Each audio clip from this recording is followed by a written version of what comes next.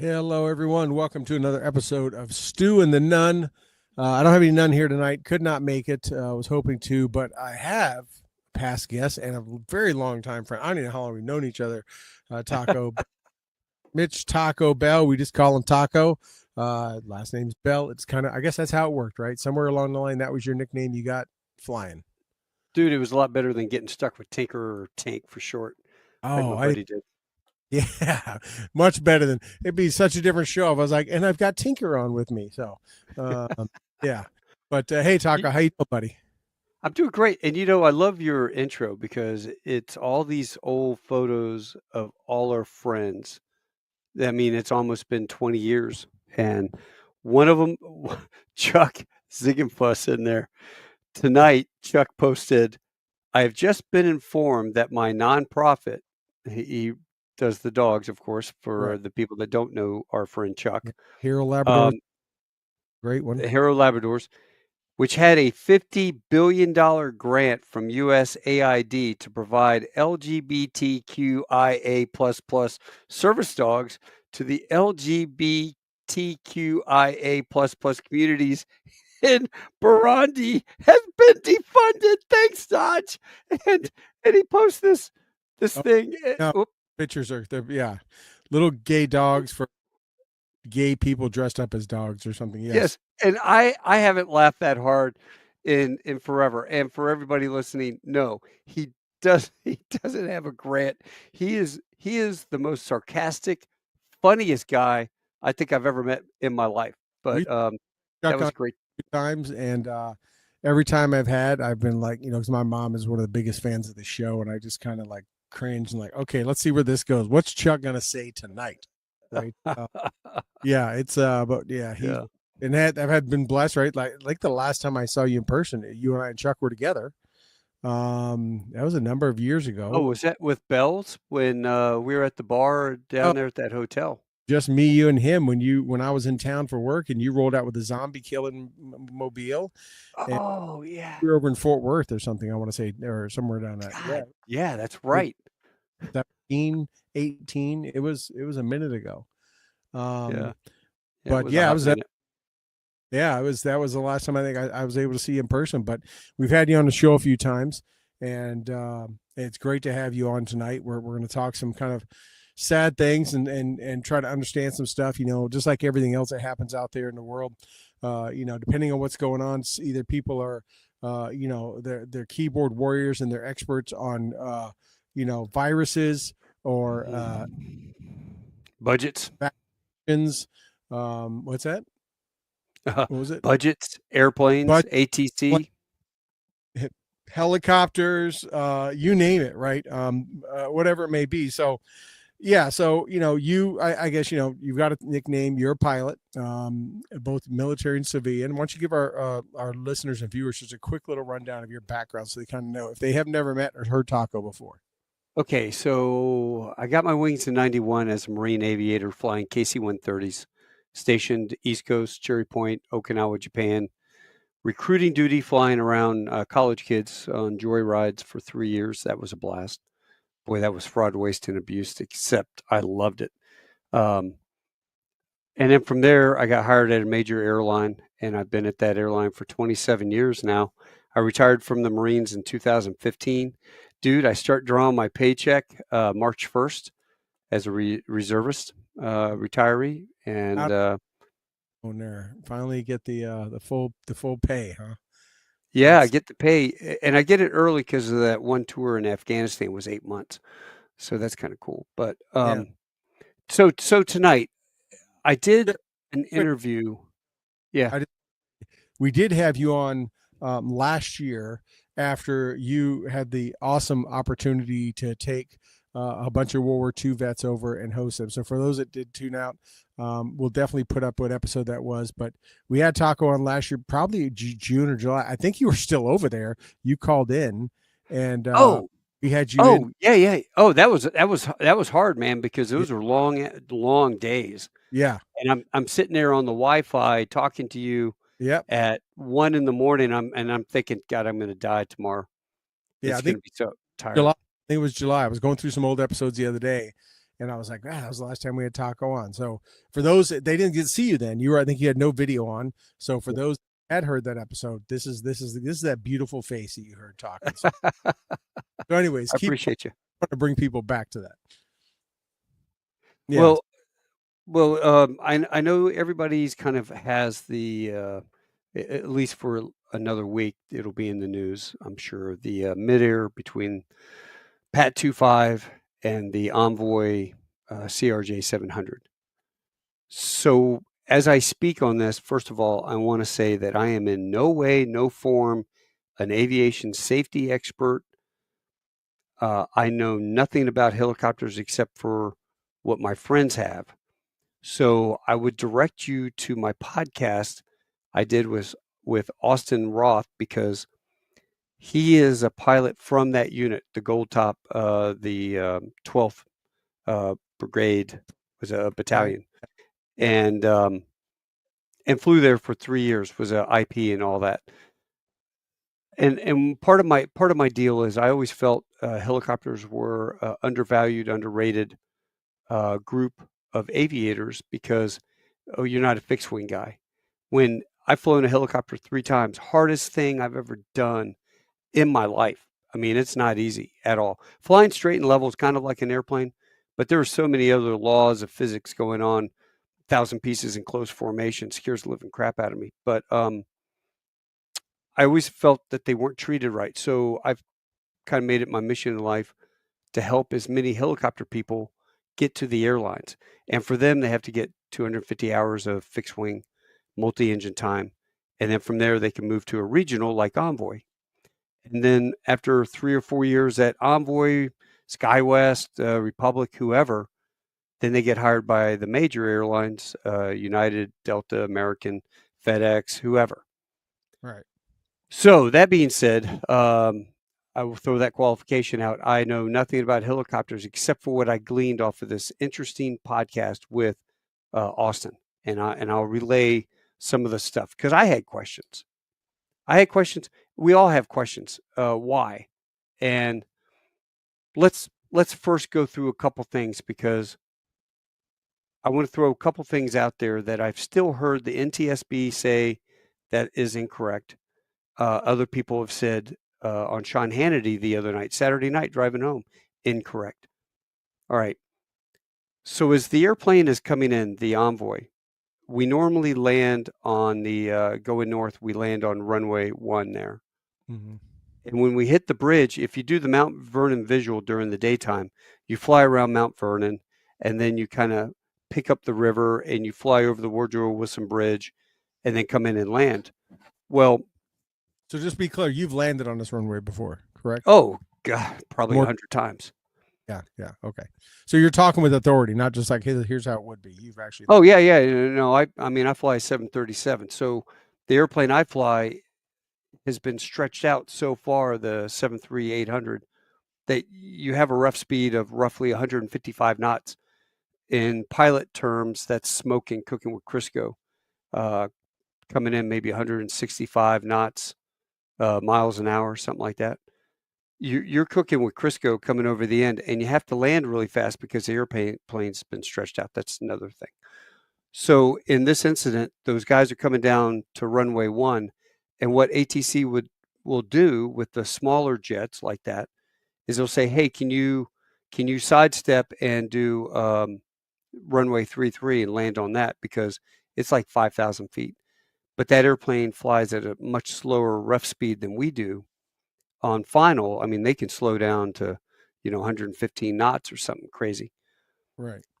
And and then they could land on that runway, which opens up more space to get another guy in, or another guy to take off. So there's all reasons for this. So for whatever reason that night, they said, "Hey, would you sidestep and land on 33?" The captain of that airplane, probably very used to doing this, said, "Yeah, sure, no problem." And they got set up to do it. Now, as they were coming around on that, and they may have even had the approach and backup to do it. We'll never know. But basically, as you turn around, you've got VASI system, which gives you a 3-degree glide slope coming in to land at that runway. And that I guarantee you, those guys were looking at the end of the runway, looking at the VASI, back in, back out of the flight deck, looking at the airspeed, looking at the VSI. How fast are they descending Right. on the turn and the whole 9 yards. Meanwhile, Pat 25 is coming down, and my son came down. I said this on the air. My son came down Friday morning, and he goes before school, "Hey, Dad, that helicopter, I think it was intentional. That helicopter was circling right near there, and then he just took off and hit it." And that wasn't true at all. But what happens? What he saw was the flight aware of the search helicopters, because that's what everyone started putting up. And it was the Metro PD and those helicopters. They were showing them on flight aware, and you could just see them circling because they were looking Yeah, for survival. Yeah. true. But Austin made a statement that somebody didn't agree with on the podcast. They said, Austin said, or your guest said, it's not normal that they would see airplane sidestep over to 3-3. We do that all the time. And he was speaking from authority because he was a regional guy, Yeah. the commenter. Regionals that can land on that shorter runway. That's the only ones they're going to ask to do that. Those guys that can It do is, or Yeah. small private jets. Right.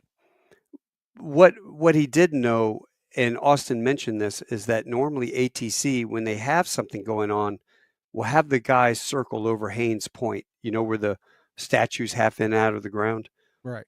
They'll circle over there, and then they'll come down the river, down the helicopter corridor, Route 4 or something like that. Yeah, I think they call it Route 4. Yeah.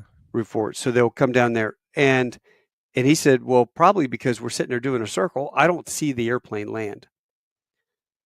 Well, Pat 25 came in, they're doing their deal. Now, our whole purpose was to kind of talk about what happened, not blame or any of the political stuff that I see going on Facebook, which drives me nuts. Let's face it, the helicopter was high. The pilot in command, she was a PIC, but she's a 500-hour PIC staff officer. Now, people are like, that's minimum time, blah, blah, blah. And the other guy had 1,000 hours. He should have. I call timeout on that, because in the Marine Corps and Navy, we had 100 hours a year minimum that you had to fly. The Army pretty much has the same restriction. I think somebody told me 48 hours every 6 months. They have that, but what you don't understand is that warrant officers do the majority of the flying in the Army. And this officer, she was what they call a RLO, a real live officer. She's like a real officer, not a warrant officer. It's kind of a slang joke thing. Right. And from what I've heard from guys in the unit, and these are warrant officers. Now, warrant officers like enlisted, you piss them off, and they will 6 ways to Sunday to screw you, right? Like uh, uh, what's his name said about intelligence community. I like that. 6 ways to Sunday to screw you. They liked her. So from what I'm gathering, she was a great officer. They liked her. She was about to take over command of the company. So Right. that's cool. But what they don't tell you is that those officers, once they get done with flight school, they start flying, but then they become staff officers Yeah. They do until they're platoon, captains. so And company. They got to do that kind of stuff. They're not going to fly as much, right? oh no, they barely fly. So she still had her job down there at Belvoir, and she was flying part time. She had 6 months to upgrade to PIC in the helicopter before taking over. So she had that accomplished. That was done. What they were on was a routine goggles flight, uh, evaluation, from what I understand. Was They the were doing, CW an IP? Was he instructor pilot just doing her research for flying with goggles? yes, from Yeah, what I understand, yes. her too. Yeah, that's why he And had thousands. Austin said, Right? And he's a warrant, so he, like you said, he's flying a lot more, right? So yeah, I got to be careful. I think when I talk, I'm stepping on you and it cuts you out. no, you're. Let me, We're, we'll just step on top of each other, but no, it's good. You're not cutting me. okay. So yeah, so he was in the right seat. She was in the left seat. He thinks the door gunner or the crew chief was on the right seat. He said, normally if I'm in the left seat, I put the gunner or the uh, crewman Richie. on the right side behind the co-pilot, and that way he can help the co-pilot, and also you've got the tail rudder and all that. It would have been nice if they had two, but apparently in flight school they were even certified to fly with just two people up front in the Black Hawk. So the thing that I've heard numerous times was that the Black Hawk was communicating on UHF. I asked that. I said, "Is it because I know as C-130s we have VHF, UHF, HF radios? We could talk on. I could be talking on three different radios to different controllers and whatnot when we are doing aero refueling and things. It was busy time. I said, do you normally talk UHF going down?" He goes, no, man. So those helicopter VHF corridors, that's all VHF. I asked some friends, he called down and said, "Hey, do you guys ever use UHF? Have you? Because I never did." And they're like, "Where do you find the freak?" So so it's not even on the chart that they had. Right. And I think the NTSB is saying that because normally a military aircraft that crashes, if it's a jet fighter or whatever, they're talking to center on UHF freaks. So they just kind of assume maybe that's what they're doing, I guess. But um, that being said, what we have a system called a PRM, a landing, where the runways are too close together. They're very close together, not too close, but closer than normal. And so we have a precision approach coming in. Um, if in the PRM they call a breakout, hey, turn left, turn right, climb, descend, or climb, not descend, but they give you a breakout. You've got to hand fly it immediately to get away because there could be another aircraft drifting into you. Right. So when he talks, you might hear over two frequencies, but you've got the second freak really cranked. So you'll hear him over that freak. In this case, he was talking over the one VHF freak that was transmitting on also the VHF freak for the helicopter route, is what he told me. And that makes total sense. So the helicopter can't hear anything the commercial airliner saying, Right. vice versa. Somebody else in the midst of this sent me a message and said, "Hey, Taco, I can tell you that when they said you've got traffic in sight, ERJ 170, blah, blah, blah, call the traffic." He goes, "I didn't know what the hell a 170 is. It's just a commercial airliner. It's got Right. wings and two engines. I don't know the difference between an Airbus, a 73, a 170. I just am looking for something." I said that right after. I was like, when I heard him say, "Hey, do you see the CRJ?" a CRJ could look like a 737 at night. All you're seeing is red and green lights and maybe some light. I mean, that's, you don't, at nighttime, especially, you're not a fixed wing guy. You're just, all you need to say is, do you see the plane, pretty much, right? But the type, Yeah. much of anything. Yeah. Yeah, and he goes, most of us helicopter guys, unless we have fascination with commercial aviation, don't really know the difference between all the different airplanes. So that being said, now let's get into. I asked about the goggles because there is so much ambient light out there, That, white light and stuff. when that came out that they had them, I immediately took that, like, that doesn't mean they're flying with them. And I was trying to imagine, obviously my time in knowing how goggles work too. I was like, I've been near a city, and it's like, it'll flash you and blind you. I'm like, knowing that area, having just left there a week prior, I'm like, there's no way they would have been flying with goggles around a major airport between Fort Belvoir and Crystal City and Arlington. That would have been, they could see everything VFR at night without goggles just fine until they probably got out over the water. I can't, Right. they were flying. And that's what he said. Normally we come around the airport, and by the time we hit the Woodrow Wilson Bridge, then we throw the goggles down. That would make sense. Yeah. So if they had the goggle, if they, for whatever reason, because they're doing a training flight, and they put the goggles down early because you wouldn't have it inside the city.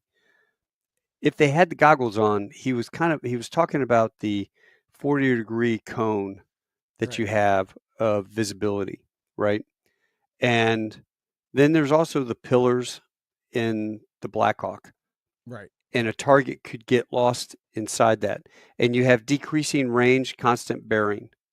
So if it was, for example, have you ever driven up to an intersection and there was a car approaching your speed to that intersection, and you never saw the guy because he was right there in your turn mirror, That blind spot or whatever. in that blind spot in your turn mirror, and all of a sudden you're like, holy crap, there's a truck right there.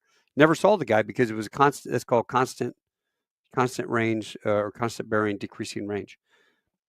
That could have been the situation. Why were they high? Well, I hate to tell you, if it's a mistake. And so, you pull back a little bit. The top of that corridor used to be 100 feet, and they raised it to 200. And also, the helicopter, it could have been one of these things. He mentioned this. If you're flying from the left seat and you're looking to the right, it's sort of like a drunk person driving into the back of a cop, moth to a light, right? So, if somebody's drunk and they're driving down the road and they see a cop, wherever their head's going, that's where the car turns.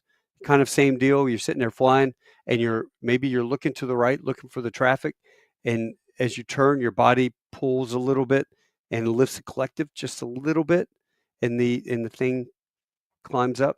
It's not hard, and it can happen pretty quick. Let me ask you a couple of things here. I just out of curiosity, things I've had conversations with people about, and not as smart as you and all this, right? Thinking how people react and that kind of stuff. We do know that, it is kind of, there's a human instinct, right? A human factors of when you get scared or you're bracing, people pull back, right?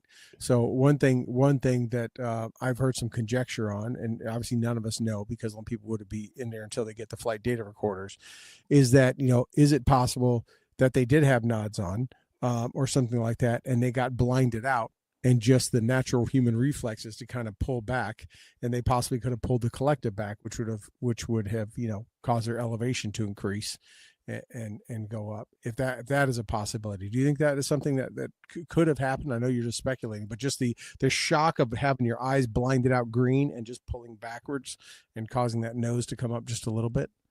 I can't answer that. Okay. Yeah. I know people go out and get in an accident, right? The whole, like, they always say the drunk people survive because they're not bracing themselves, Yeah. right?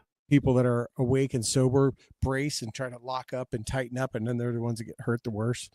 That was one reason when people were saying, why would they be so high? Especially pilots that are used to flying this corridor. They're not just, pilots from Wisconsin that are flying in DC. This is what they do. Right. All they would. Well, I will say, well, why wasn't he paying attention? Well, I'm an instructor, and I have a brand new student sitting next to me as a first officer. They've just finished and completed a very intensive simulator program that's so real. People get airsick in the sims as they move, and the visual is Google Earth. It's really awesome. But I fly sometimes solo, I feel like, because you have somebody who their very first flight, they are so overwhelmed with all the stuff at first. That's why they put them with an experienced instructor, right? And the first time they fly, we have 180 people in the back now. Um, I say that it's totally safe and it's there. It's just sometimes you feel like, okay, this person can handle just about this much. So you're really on your toes watching. You can't let your guard down. Right. Um, as an instructor, I could see where if the controller is calling traffic and he's looking around, maybe he visually, it's called stachoma. It's a medical term. The mind sees what it wants to see. Right. So if he picked up the other jet coming in to land and thought that was the one they were talking about, misjudging because the other airplane was already starting to turn and move, then you kind of get focused on that for a second while you're talking. And then, he needs to, normally you would cross-reference what the other person's doing, because the pilot monitoring, when you talk about mistakes, we talk about threat error management. We have a series of boxes, and there's a theory that if you put Swiss cheese out and you shift the Swiss cheese so all the holes match up, the airplane goes through all of the holes and gets to the end, and it ends up in a crash, right? But anywhere in there, if the Swiss cheese gets moved, you catch that error and you trap it. In this case, ATC didn't get the call out fast enough about, hey, you're off altitude. And that's my personal observation. Right. That's not in, I think it could come out. He was starting to query him about the elevation, but those guys are busier in one-legged man in a butt kicking contest, the ATC guys. Especially if they're down one person. Yeah. Right. Oh, for sure. But Yeah. and as I think about it, all the little issues getting through the Swiss cheese, maybe she was really working on the stuff and then looked up and was looking for the traffic and pulled up a little bit, and that could have been a problem, and he didn't catch it in time. Well, so let me want to understand that I understand. I don't know if Aaron Austin told you this or knew this, but they were going through a check ride, right? He was an instructor, CW2 is instructor pilot, and they're going through a check ride, which means recertifying her, possibly flying at night in the area or something, with the matter if nods were on or not. But when they're doing that, right, she knows she's kind of being graded, right? You've been check rided before, I'm sure. Right. That senior person's watch, they're kind of probably going through a checklist. I don't know physically if they're going through a checklist or they just, however they have it, but you're being watched to make sure you dot every I, cross every T, and do everything perfect. Right. I've been through that with a lot of jumps out of planes and all that kind of stuff. Right. We get rechecked all the time when I was a jump master. Right. And you cannot make one mistake, or you can make very few, and maybe you got to go through retraining. So there's if that's going on, this is one thought I had. That IP, he's going through his checklist. She's making sure she's doing everything. Could that have possibly been a distraction in a very busy air corridor at night where they weren't, and then the ATC just says, hey, do you see the CRJ? And they look to the right and here's a CRJ taking off on 1 North. And they're going, yeah, we got it. Right. Because they probably see the other one coming in to land. The one that they hit? Yeah. Because they're coming in. No, there was another one behind. Another aircraft coming in behind the one over taking the bridge and coming in to land on 1 North. Yeah, there's no way you could mistake the airplane on the runway for an airplane lining up for runway 33. Right. So I was wondering if they were busy doing that. They're doing a check ride. They say that airplane, if it was the one taking off, right? Because runway 1 was to their right, about their 1 or 2 o'clock position. They would have been looking to their right, where the one coming in that they ended up hitting was coming in from their 9 or 10 o'clock position, turning on short final, right? It was banking out over Belvoir and making its left bank to line up on 3-3, right? Because the helicopter was flying north to south. right? So it's flying north to south. It's on the east side of the river, It's on the east side of the river. and the RJ kind of veers over the land, sort of where the airplane is. They've got that Yep. airplane in the museum. Yep. It kind of veered that way and then turned coming around. So that's Anacostia, right, off your right side, or where NSA and all that is. Yeah. Left. It'd been off the helo's left side, right? Let's Yeah, that would have been the helo's left side, the aircraft right side. Belvoir's back behind him. Oh yeah, sorry, Belvoir's with. Bowling. I'm sorry, I meant Bowling, not Belvoir. Bowling and Acostia, yeah, right Right. there. But that plane turning the CRJ was to the helicopters essentially 10 o'clock to their Correct. left. Yes. The DCA is to their right. Planes landing or taking off are to their right. So if with the ATC saying, "Do you see the CRJ? Get behind it," they probably looked at it, right. Yeah, we see it. No, but not the one on the runway, because that'd be totally different. It would be the aircraft coming inbound behind them for runway 1, and they focus on that guy because his Right. lights are on. But what they're They not doing, focus on that dude. right? They're not looking to the 10 o'clock, right? No. Because they weren't said, "Do you see the CRJ landing on 33 North?" Or "Do you see the CRJ to your 10 o'clock?" If they would have said something like that, I've got to imagine that would have directed their attention to the right clock direction, and they would like, "Oh crap, yeah, we see it," right? Yeah. And it could have easily been in Blind that spot. one little Yeah, blind spot on the canopy where the windshield's not a bubble on that. right. It's yeah. It's segmented. I'm with you. Yeah, and some people said, "Well, how could they came in underneath the seat?" Like, have you been in a Blackhawk? The roof is not all glass. There's a lot of hardware up there you can't see through. Yeah. They got a blind spot like nobody's business above them. But yeah, it was just I didn't know about the one landing on One North. I just knew the one was taking off from One North. So I thought maybe they would have looked at that and said, "Yeah, we see it." But either way, it Yeah. doesn't appear they looked to their left or possibly were spotting that one. And again, I think the cockpit and data recorders will probably show that in that. But that's going to be key to this in that Blackhawk. Yeah, I'm not sure. I'm not sure. He mentioned that was a Lima model with the steam gauges and whatnot. The Mike models, they had 4 of those, which were the specialized ones, Right. really nice instruments, EFIS and all that. Um, he thought the Mikes had voice data recorders, and they were starting to get them in the Lima models, but he wasn't sure if that one had them or not. NTSB, It, that the Blackhawk has a combined. They're not two different black boxes, and they have data and voice in the same box. Is what oh, that's beautiful. Okay, great. so they said they only had to retrieve one, and they got it. It's all in one box. Oh, So then you know what? That's absolutely gonna shed complete. yeah, And it's funny too. Everybody listening out there, what's this idiot talking about? So I try to refrain from doing this stuff because my dad, he'll call me up every time there's an accident. And he goes, "Son, what do you make?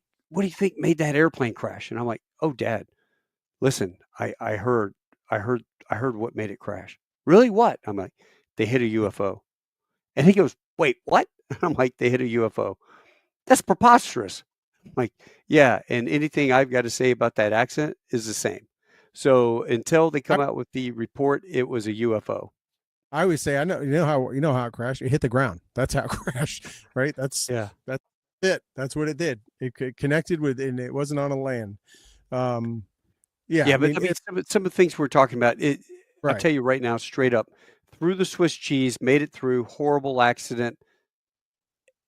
It is only a matter of time that it actually happened because another Marine buddy of mine that flew for HMX 1, actually, he said it was close. The guy that flew Osprey down the river for HMX 1 said they were flying down the river at 200 feet and the airplane flew over top of them. They were looking at the wrong one, and the jet turned right over top of them, landed on 150 feet above them, scared the living crap out of them to have this airplane. Right. And he goes, "Oh my That's God, that was you're close." close. That's a little too danger close. Yeah. Yeah, so I'm saying it was only a matter of time, even though they've been doing this for decades, that you got the right confluences and it caused the accident. So, Yeah. can I say one other thing about Oh yeah. the girl flying? Yeah. I've heard some horrible, disparaging things. Cut out the DEI stuff. All right. I don't care if she was LGBTQ plus AI, whatever. I don't care. They say she was a good officer. That's good enough for me. And they talk about her being at the Biden White House. Well, what you don't know is that every single officer, single as in not married, vies for that position and applies. And you have to go before a board, an interview process, and a board and the whole 9 yards to get accepted into that program. And it's a highly, it is just one of those things. So my buddy was at 8th and I. Bill Clinton was the president. He's not a big fan of Bill Clinton or Hillary, but he got to be in there in his dress blues, standing there. The people that he met, like he hooked me up one night. This guy walked up to him and goes, "Hey, Skipper, how you doing? Fred Smith. Nice to meet you." And he goes, "Fred Smith, why do I know that name?" And he was talking about, I was in Vietnam and I came back and started this little company down in Memphis, and I've been down there ever since. And he goes, "Oh my God, you're Frederick W. Smith, CEO of FedEx." And he goes, "Oh, you've heard of my company?" He's like, "Yes, sir. My best friend flies KC-130s, and he goes, he wants to fly for you because boxes don't complain like passengers do." And he goes, "Yeah, our pilots like to yank and bake them, have a lot of fun." I tell you what, and after talking to him for about 15, 20 minutes, Fred reaches in his wallet, pulls out his personal business card, and he goes, "This is my personal fax machine. Have your friend fax me his resume and I'll take care of him." So I get this phone call that night. "Hey, man, am I your best friend?" I'm like, "Yeah, how much money do I owe you? What do you need? Bail? What?" He goes, "No, dude, got a pen?" I'm like, "Yeah, write this number down, 910-555-1212. So I write it down. I said, "What is this number?" And he goes, "That's the personal fax number to Fred Smith. He gave it to me tonight. He wants you to fax your resume to him tomorrow, and he's going to take care of you when you get out of the Marines."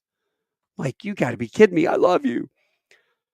Send the resume. I get an overnight letter back the next day from Fred Smith, signed letter. "Hey, dear Captain Bell," because I wrote and I said, "Hey, sir, this is a bit premature. My commitment, I still have 3 years, but yes, I would love to serve in your company in any capacity. I don't care if I empty your trash cans." And he wrote back a really nice letter. I have it still. It's awesome.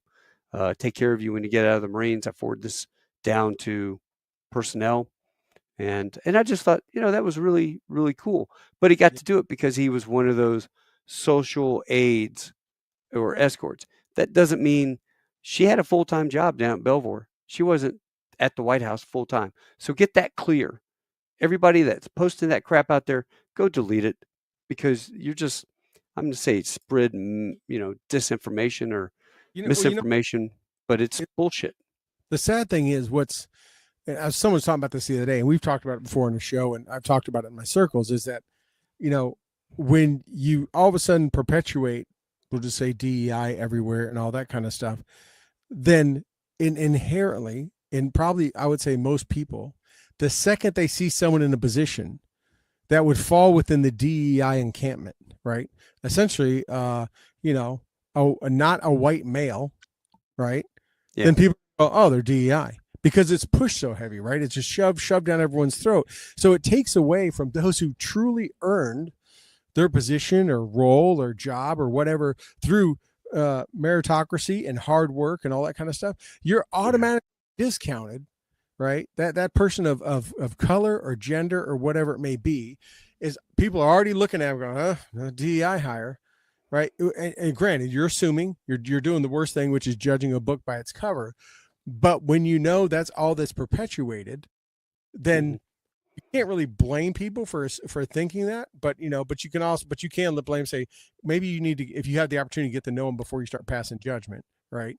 Because people could also say that white male, like, "Oh, you're only in that job because you're a white male and the whole board's white and it's just this and that, whatever, you just fit their clique," right? It could be done both ways, but I mean, so I can see why people jumped on it. Obviously, our country is heavily divided and politicized on everything. So people did, and they found some pictures of her that she, was with possibly some, LGBTQ groups, and she had some rainbow flags. But okay, whatever.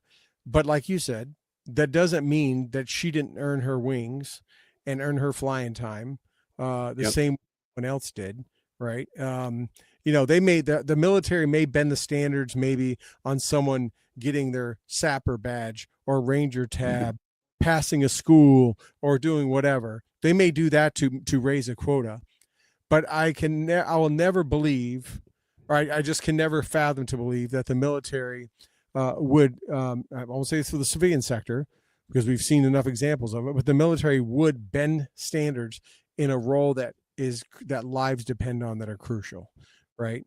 I just can't. Yeah, no, I mean, I know they've done it with firefighters. I know there's been, so we've had people on our show way back that, that filed lawsuit because they passed the firefighter exam, but they yeah, weren't the or wrong, whatever you want to say, color, and they redid the exam because they wanted more minorities, right? That's DEI, that's affirmative action, that's all that stuff. But yeah. I know where you're going now that I think about it. I've heard things of pilots in the civilian. Sarah Holt Green, the F-14 pilot, that was a big one. Wasn't she crashed and crashed on the carrier, and it was a forced upgrade. Got to get her in there. She's going to be the first F-14 pilot or whatever the deal was. So There was a lot of really, and there was a lot of pressure on her to get her prepared and get her through, and maybe her skill set wasn't quite up to that. So there have been examples of that before. So I won't say that it doesn't happen. I'm just saying, in this case, it could have been a male, female, guy from the moon. right. It was You hit on bad, the she's bad stuff. 500 hours is not. I've seen those same comments too. I've seen some things where people going all over the place. But yeah, what you're saying is, okay, she didn't have 1,000 hours, but she still had 500 hours of stick time, and Yeah. she's not passed by a school that wanted to push her through. She's been out there flying with IP. She's been getting check rides, and Yeah. and she had another very qualified pilot in there with her. Regardless, she wasn't up there flying solo. No. So yeah, It's kind of funny. We always said 500 hours, you're just dangerous, not to know that you're dangerous. yeah. 500 hours was a milestone in C-130s. You're flying big airplanes, and all of a sudden, 600 hours, 700 hours. They're putting you in the IP program and stuff like that. So just It was like when just I was a jump master, right? Once you got your master wings at when you hit master parachutist, we would say that, okay, now you're ready to be a real jump master. Because up until that point, you're trying to get those next wings, right? You're trying to get senior wings and master wings, and you're, trying to check all the blocks to get there. Once you get what it takes to be a master parachutist, now it's like, okay, now you're ready to be a real jump master because you're not just chasing, you're done. You've hit the highest you can hit, and now you're going to on your duties and tasks. So I would imagine I just kind of equate it to that for my lack of non-flying background. Yeah, it's close, very close. It's good. I mean, I think that we're done on that. I've said everything I wanted to say and get off my chest because that really does make me angry, not knowing. Yeah. I failed a check ride when I was in primary in flight school, and I heard somebody say she failed a check ride, and I love Trump, I do. And I love who he's picked. And you and I have a lot of friends who are in positions that are going into positions well qualified and well deserved. People that are going to make positive thrust, make things happen, right, for the right reason. When I heard him talk about DEI at the crash, about the crash, was that on Thursday or Friday? I was like, oh Lord, please no. What he was saying was absolutely spot on in terms of the FAA, because the FAA had tried to ramp up this DEI thing, and 3,000 applicants got turned away. My next door neighbor is a air traffic control guy, and he says, Taco, it's horrible. These guys, they had a bridge program with colleges so you can get your degree in ATC, and when you get out, you get hired by the FAA, right? Or you take the test and you can get hired. So when they do the biographical deal or whatever, if you're a white guy with a 4-year degree, you automatically had 10 points deducted from your test score. And I think looking back, that's what Trump was kind of talking about. But people took that and assumed automatically on the pilots. Right. and I don't want that at all. I think the shortage was caused due to the 3,000, like the 3,000 people that didn't get hired, right? And right now it's like 1 in 10 make it through the school, the ATC school. I don't think I could do it. You've got to think in 4D to be able to watch airplanes and their altitudes and their climb and their airspeeds, and be able to have them pass not 10 feet apart. So it's a very difficult job, very I mean, task. cool, but the job, the stress, it's got to. I mean, I imagine it has got to wear on you. You go in every day, and those hundreds, if not thousands, of lives depend on you. I mean, you talk about, it's one thing to be flying, 180, 200 people. Yeah, you're carrying all those souls, but you're in a position like this. You have, in whatever your shift is, you have that times, 100 flights in a day, Yeah, and you're trying to keep them all separated. Think on your feet, as we know in the military, right? Make go, no go decisions in split seconds sometimes. And yeah, then we also are familiar with survivor's guilt, right? I imagine there's got to be something, if you were an air traffic controller, if something does happen and you didn't make, whether you made a mistake or not, but if you didn't, I imagine that's some PTSD to be able to walk back into that tower and do it yeah. all over. And If you, wonder if it's going to happen.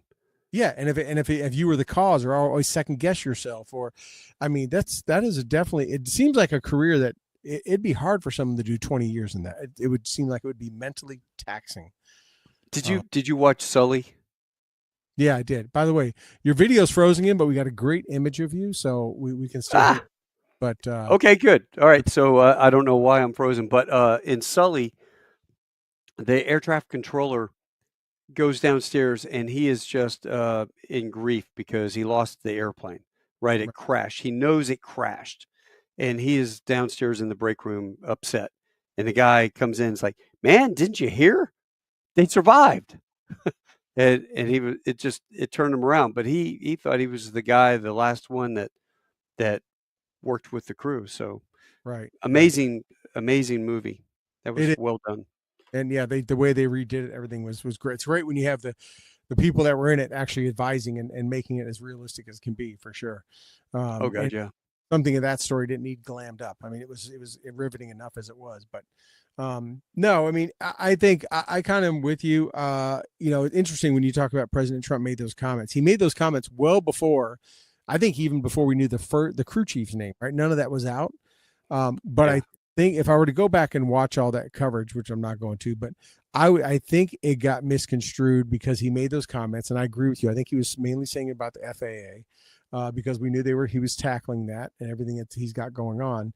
But as the time came out and the first two names came out, and then her name was held, right? What did we see all the news outlets do? They all started going, why? Why are they saying her name? What's so big about her name? Or not hers, right? But the third pilot. And then it just amped up all this suspicion, right? Of just there Yeah. must be reason. And then when they released the name, we were like, "Oh, there we go." It was, and I think people just tried to connect dots that were not ever meant to be connected, right? Yeah. Yep. And but I saw a report from her family that said they held off because of his comments, and they didn't want people to think that she was a DEI hire or whatever. So even if he didn't mean it, it could have led to that, and probably definitely did not help. But yeah, there were dots connected that should never have been in the same room, much less connected. But yeah, Yeah, yeah, and I wish I just I know the point he was trying to make. I really do. yeah, But that was the wrong time or place. yeah, yeah. A week later, he could have said, this probably could have been avoided had the FAA not done this. Now, what's funny is go back and watch the dude that got grilled to be the hit of the FAA that he just fired. Did you ever see that? I did. And you sit there and go, okay, there's a reason why he said that. I mean, that Yeah. is that is I remember when he was up for it, and I remember him showing clips, and it was like, this guy couldn't answer what the hell acronym ATC stood for. I mean, he was He was clueless. horrible. Tell us what the 6 different air class spaces and all this stuff. And guy's like, well, I'm not a pilot, so I can't tell you. Well, then why are you going to be the head of the FAA? Yeah. What causes an airplane to get certified? What do you do for this? All right, let's ask an easy one. How about what are some of the things? And the guy goes, heart disease. Yeah. And he goes, no, not even close. We're talking about 2 different things. Yeah. Yeah. It Yeah. was, and that's what perpetuates that stereotype that, Oh, that's a DEI hire. That's, not qualified, all stuff. People said that about the chairman Joint Chiefs Brown, right? But I know people that know him and like, no, okay, he may be a black man, but that dude's a war fighter. He's a warrior. He earned every bit to be the chairman of the Joint Chiefs and all that stuff. But originally, when he was nominated by Biden, people were like, oh, here we go again. And at the Yeah. time, President Biden didn't help because what did he say? I'm going to pick a VP candidate who's a black female. I'm going to pick the first Supreme Court justice that's a black female, right? Everything he did was picking people based off of identity politics. So again, he did an injustice to people like Chairman Brown when he picked someone that was really good and qualified and earned it. They automatically were discounted because of what they look like based on the precedent that had already been set time and time again. Yeah, that's horrible. It's kind of sickening, actually. But yeah, hey, on a good note, yeah, on a good note, let's talk about some of the good stuff going on with Doge, man. Elon Musk is my favorite new hero. Yeah, I do want to hit on. Before we do, I do want to just touch on the sad thing that happened in Philly, which was totally surprising. Obviously, there's a lot of info. I can't believe they even found the black box on that thing, 8 feet down in that hole. But I hope they can salvage. But just I mean, one, it happened so soon after, right? Everyone was just like, what? Another one? Which really was the third one. If you look at the F-18 that crashed in Alaska, the third one in a week. But, it was just like, again, in the middle of Philly. And it's just, you look at that and what a horrible story for loss of any life, but just compounded with this young little girl who finally got through whatever treatment she was and was going home. And to have something like this happen, and just what a shock for a back-to-back air disasters in our country. Well, I tell you, they always say that air disasters come in threes. I guess statistically, that's kind of seems to be the fact. Yeah. I mean, luckily the F-18 pilot, parachuted to safety, even though his bird is flat spun into the ground. But he got out okay, and I guess all right. But yeah, a lot of people forgot by the time the accident in DC happened. People forgot about it, but then this one happened. Yeah, it was totally in threes, and just man, what a just craziness. It could have been a lot worse in Philly. I mean, rush hour, and so far it looks like it only killed one person on the ground, which is terrible for that person and their family. But had he hit that mall, I mean, the other places, and it did not look like they were in any control of that plane because it didn't look like that thing was screaming into the ground. It was a guided rocket. I mean, that's a sleek little airplane. I have no clue except somebody mentioned that that flew those medevac flights. They said, it could have been they could have had an oxygen fire back there, and if they had an oxygen flash, like a leak, and that thing was aired up with oxygen, and a spark or something happened, that thing could have set and once again speculating because I have no clue. But right. the last time a small jet like that one went down, I think famously was Stuart Payne when they took off and they had the pressurization leak. Right. And as they were climbing up, they lost pressurization. The autopilot took them up to 35,000 feet or something, and they flew halfway across the country. They got intercepted, and the fighter looked at them and said, "The window is frosted over the cockpit. They're dead. They're all pressurized. They're all dead." So they pretty much knew what happened. Ran out of fuel. Yeah. I know when I saw that, when literally a good friend of ours, Will Bennett, texted me this video, and I looked at it and I was like, "What is this?" Because I realized it wasn't DC, and I just see fire and all this stuff. And literally, I looked up and they started announcing on the news. And he's from Philly, and I don't know how he got it so quick, but somebody on the ground sent it to him right when it happened. And when I watched it on the news, I literally looked at my wife and said, as weird as this is to say, I hope that was a plane, because my God, it looks like someone has figured out how to launch a missile inside the United States. Because that's what. Oh my God! I mean, yeah, it would look like a the biggest Katusha rocket I ever saw screaming in. I mean, it was. Yeah. And honestly, I thought of that was, oh my God, did we just have a terror attack, and did someone just launch a missile right into Philadelphia? Kind of the birthplace of our of our country and all that. And I was just like, I originally thought that. I'm like, because that plane, I mean, there was no one trying to pull up, bank out, do whatever. And I'm thinking that they came in with, I think they said what, 11,000 feet per second. I mean, dude, that thing was Yeah. smoking. But Yeah, yeah, it was cooking with Crisco straight down. Yeah. yeah. But no, I mean, let's when talk. they talk about a smoking hole, that's a smoking hole right there. And dude, I didn't see anything in there but foam. I mean, that there wasn't a piece left. I guess there was a black box in there, but I mean, it was 8 feet under that hole. That thing Yeah. just burned in. Yeah, it didn't leave anything. It put it all out. But It yeah, was kind of crazy in World War II when the fighters crashed or like a B-17 crashed. It was amazing how much, depending on the angle of attack as it came in, the angle, the airplane, and it's just a prop fighter, right? That would bury a hole somewhere, and farmers are out there, and all of a sudden they come across, pieces of an airplane they didn't even know was under their field. It's yeah, the amazing. years, yeah, yeah.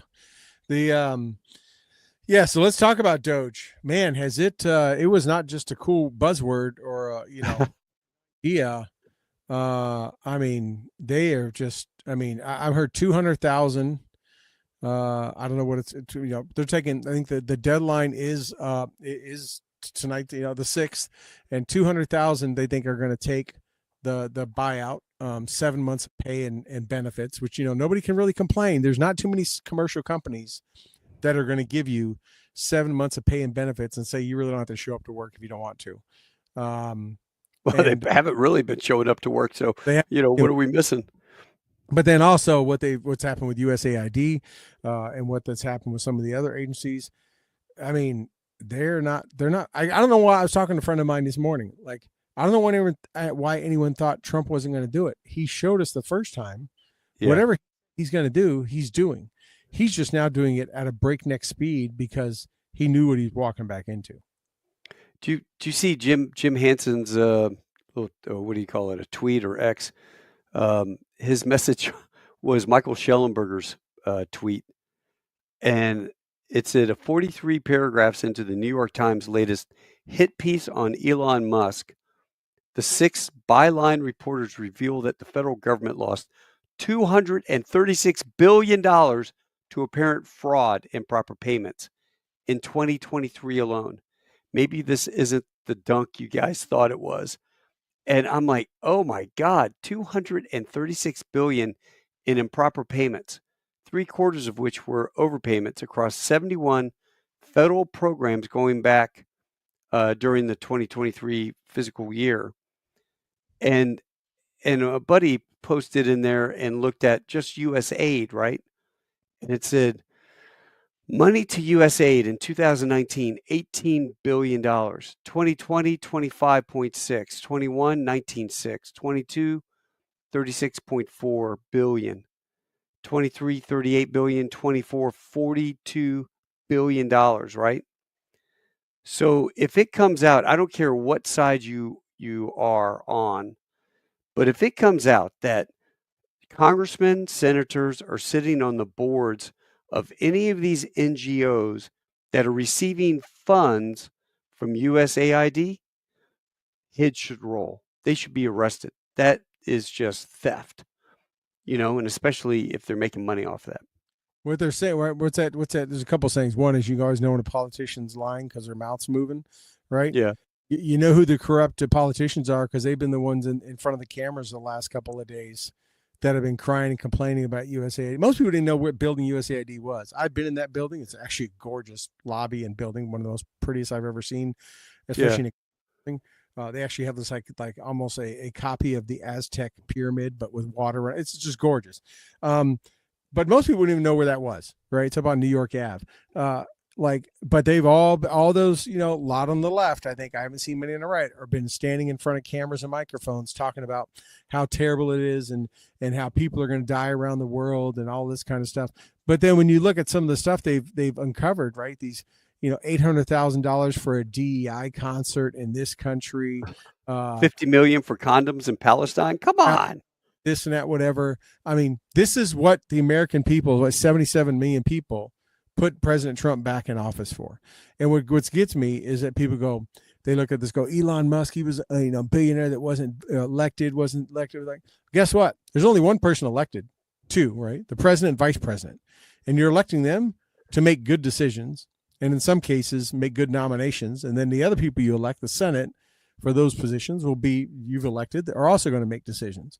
But a majority of those roles aren't Senate approved. They're appointed. That's why they're called political appointees. You Right. elected to make it happen. So not everyone has to be. And President Trump made it clear that he was in a thing, and he goes, "Look, Elon and his people, they're making a suggestion, but we're making the final decision." And paraphrasing him, right? I can't do a good Trump impersonation, but he pretty much said, if he makes good ones we like, then we're going to go with it. If he makes ones we don't like, we're not going to do it. So he was very clear in stating that, Elon's not making the final decision. He's making a suggestion, and the commander in chief is making the final decision. Yeah. Oh yeah. But yeah, it's amazing. When Trump won, a lot of friends of mine on the left, everyone's having meltdowns, right? And they've continued to have that over the last couple of weeks. And I just tell them, hey, we're winning, you're winning, we're all winning, whether you want to admit it now or not. You're still winning too. You'll just take a little bit longer to realize it, Yeah, and the tide's going to rise. And it's little things that kind of make you go hum. Trump turned the water on, somehow got the water on back in California, but I haven't seen that covered in any of the news programs. If he wouldn't have said it, nobody would have known it. Yeah. Nobody would have known. All of the chicken prices, the eggs going up. Well, because they killed 100 million or 100 million some chickens, 3 million some chickens or whatever for some new possible bird flu that was supposedly going around. And so no wonder, supply and demand. Chicken farms in the South. So I have friends of mine in the Houston and Austin area, south of you, that were telling me that their dozen eggs are $10 or more down there, even in HEB. I'm up here in the Northeast. My dozen eggs are less than $4.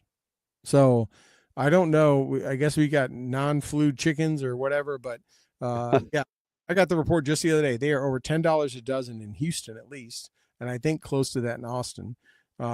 We're up here, and I'm not going to some cheap. I'm not going to Aldi's. I'm talking. This is Trader Joe's. Good store. Yeah. $3.80 a dozen. So that's awesome. Yeah, I don't, but then again, Texas got a lot cheaper gas, so that's for sure than New York does. But, or California. Yeah, things. The other day, his spokeswoman, the press secretary, she put out a video of all the things he's done in the first 2 weeks, and man, it's just he's not letting up. I mean, he's not stopping. But now, what do you think about Beirut taking over Gaza and rebuilding Gaza? Yeah, that's going to be interesting to see how that plays out. I mean, he is a builder, he's a real estate, he's a construction guy. It'll be interesting to see how that plays out and how that's going to be accepted. I mean, is Gaza? I mean, I guess if Israel says the U.S. can come in and rebuild it, how do you avoid conflict? Is it the Corps of Engineers? Is it the military, builders that are going to build it?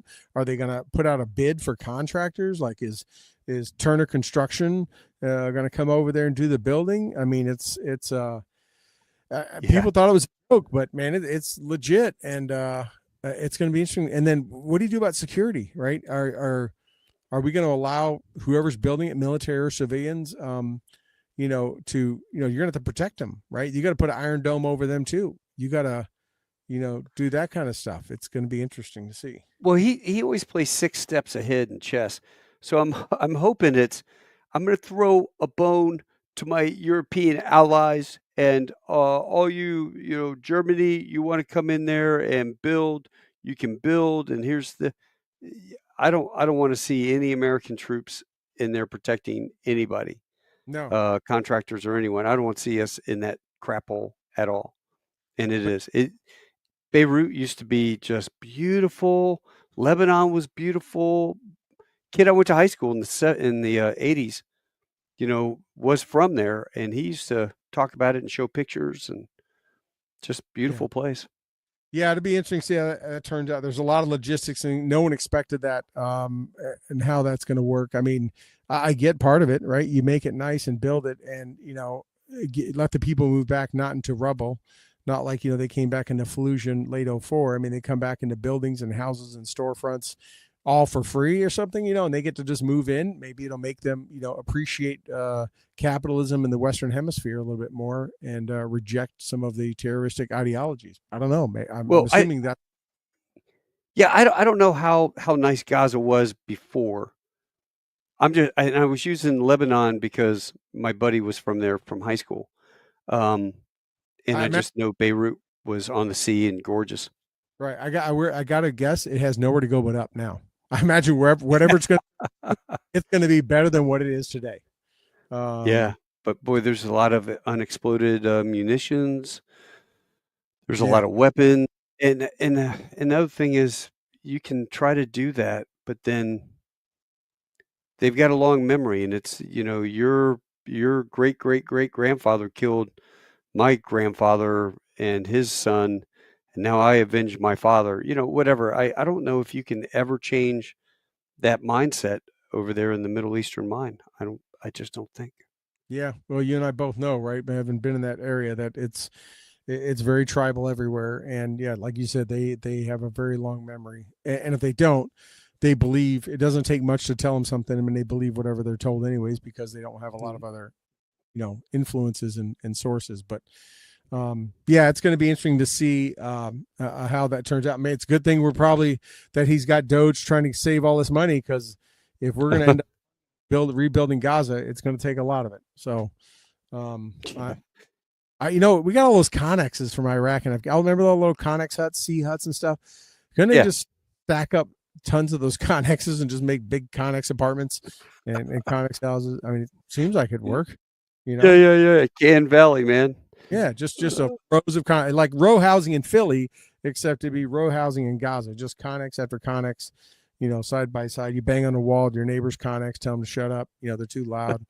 You know, Spray the foam in it, cool it, yeah, get it insulated. that's right. Yeah. That's right. Hey, so we got to we're going a little bit over an hour, man. It's been great. It's been great having you back on, talking about some stuff that's pretty serious, and but also you're coming very well informed. I've been showing the Tall Tales of Taco link for Facebook at the bottom this whole time, and that's the one where you talked with Austin Roth. He was stationed there. Definitely think people should go check that out. Where can they Yeah, find you? Show. it's on YouTube as well, that video. Yep. So they can just go look for Tall Tales with Taco, right? You've got a lot of great guests, man. You've had some great guests on. So it's not just that one, but they should, um, I they should, appreciate that. yeah. The who are some of the other guests, or who do you have? Do you have anyone big coming up that you want to announce, Uh, or any no, other back in what's funny? It's I've had almost 195, almost 200 shows, and it was 4 a month, and I was always out looking for people. Now it's when I find somebody interesting I want to talk to, I just throw them on. Um, eh, and then it becomes maybe 2 a month now. So going back, 3,000 people have discovered this very small podcast, and I'm happy for those 3,000 people. I don't monetize, as you and I were talking about. The idiots at YouTube will ban half your stuff that we talk about military wise. So, or they demonetize it because it's unsuitable for quote ads, and then they still run ads, but they don't pay you anything. So I'm right? like, screw you, screw those guys. I make enough money as an airline pilot. I can do this for free, and I just enjoy talking to people, like sitting here with you, even though I'm looking at myself frozen with, with my black coffee rifle shirt on. But Reading some of that, yeah. You should it know you're not half-eyed, like halfway through a blink or something like that. So, you're like, was that dude high the whole time he's on that show? Yeah, I'm So like, God, I need a haircut, man. yeah, I But don't. no, man, it's been a great year. I got fat. I lost 32 pounds this month. Nice, dude. Nice. That's Yeah, awesome. I've been out walking 3.5 miles every morning, and I did the carnivore diet, and I fast, eat at Nope. 4:30, and I knew airplane, so pilot uniforms. Those get I expensive. I do actually. I got in. I'm in that sweet spot right now where if I lose another 20 pounds, I can fit into a whole subset of clothes, and then I'm too skinny for the big boy stuff. So it's kind of a nice place to be. I'm There happy. you go. So you ever do episodes while you're on the road? Do you ever do anything like little quick snippets of like? Do you ever talk about No, the stuff? You kind of keep that world separate. yeah, because if I do it in uniform, then it's Oh yeah, this. I'm representing. I get a lot of grief from my fellow pilots if I did that. yeah. Are you still with Purple Hearts United? You still doing that? Yeah, Reunited? Zach. I just saw Zach probably about a year ago, and he's just retiring as a lieutenant colonel. Okay, yeah. I We think. the first time we probably you on was probably dealing with that. I think we've had Zach on too. Many, probably different show than, but once Toby and I, or yeah, Toby and I were doing way back when. But um, yeah, I mean that's still a great. I still get. I'm on a mailing list, I think, or whatever. Once in a while, I'll get one like an update of a return. But just phenomenal work of returning these Purple Hearts back to the families of loved ones that they were lost from. Yeah, Uh, it's amazing charity in terms of value return. Because if you donate any money, it doesn't go to a paycheck. It goes to the frames and the glass and the guy that actually builds the frames for the Purple Heart and the picture and yeah, and then travel to get it out to the families and whatnot. That's why we're trying to get a bunch of airline guys, vets, to do this. Only because we could travel for free. So right. it's just a matter of taking a couple days off on your days off and going back to the airport, which sometimes is like, oh, I got to go through TSA again. Yeah, Thousand it's standing around. well. Hopefully, you can flash your crew badge and just go through the quick line and something like that. Well, But it's funny that quick line is not so quick. It's about a 60-40 chance that you're going to get what they call random. So you might as well, a lot of people just go through the regular line with the passengers because you go up, waste your time, show your badge, scan it, and they go, sorry, you've been selected for a random inspection. even Go back over. crew gets. I mean, I get that in TSA pre-check every once in a while, but I didn't think crew got that. Oh, we do all the time. You know why? Because uh, I'll blame it on the flight attendants. We've had some flight attendants smuggling money. We've had flight attendants caught with drugs. We've had people bring guns, both pilots and flight attendants. They forget, and they have the concealed carry, and maybe they had their gun in the bag and they went shooting. They forgot to be good stewards of their weapons and separate, a range bag from, their go bag for Right, work, right. and they end up, or they end up because if you pass through and you have your weapon on you, you may end up in China and you've got a magazine or a government issued weapon. You're going to jail. And they've had instances where I think it was a FedEx pilot was in Shanghai and the guy was in jail for months If that's before they part of if the they armed, got him out. if they're part of the armed pilot program, then I guess they're okay, right? But they probably, I mean, Yeah, they're that was part of the armed pilot program that we get. There are messages that come out to all the pilots about, hey, you got to be really careful about this. But other oh, people might have their concealed, or right. they might have gone to the range and they forgot and they had a magazine or two. Well, guess what? If you go to Mexico, since all the cartel have automatic weapons and everything else, if you happen to get caught with a magazine to a weapon, you've got 9 millimeter, that's considered military grade. So Hmm. the sentence is higher. Um, there's all sorts of stuff. I mean, theoretically, you could protect yourself anywhere in the world by carrying a big fat padlock. The flat ones that you put a key in the front, Hmm. and you just wrap a bandana around it, stick it in your back pocket, and if somebody comes up and tries to mug you and they got a knife, you just stick your hand in the back pocket, theoretically and hypothetically, and pull that out and whip it around a couple times, and you whack them with a pound um, of steel, then you can protect yourself. You don't need a This is gun. this is a bonus show, right? You didn't think you were going to get a PSA on how to protect yourself, security measures you can take while overseas, Well, and have gun. Look, what a great man show this was. Everybody got the bonus plan tonight. I'll give you this: I carry a throwdown wallet that's full of old room keys from hotels around the world and business cards from, shops or restaurants or whatever. And I got a bunch of money in there that's from Iraq, and it says, "Go F yourself" in big Sharpie. So is that in case So he tries to mug you? yeah, so if somebody has a knife, then I'm not too worried. If somebody has a gun, then you just pull that throwdown wallet and you toss it 5 feet, go here, guy, take it. And you throw it one direction, you run the other. And that guy, all he wants to do is rob you. Doesn't really want to shoot you unless he's a sadist. So he goes up and gets a wallet, opens it up, and it's nothing. And How much I Marriott key cards, and yeah, FedEx business card, and some Iraqi money. yeah, that's what I do. And then I carry one of those little plastic things. I got it in the PX over in Iraq. It's a little plastic deal that's about maybe 3 inches long and about an inch and a half, 2 inches wide, big enough for an ID to fit into.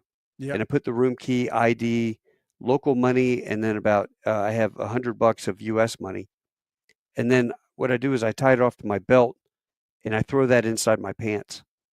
And so that if they were to search me, there's no wallet. And I also have an ankle wallet deal that I've had since the Marines.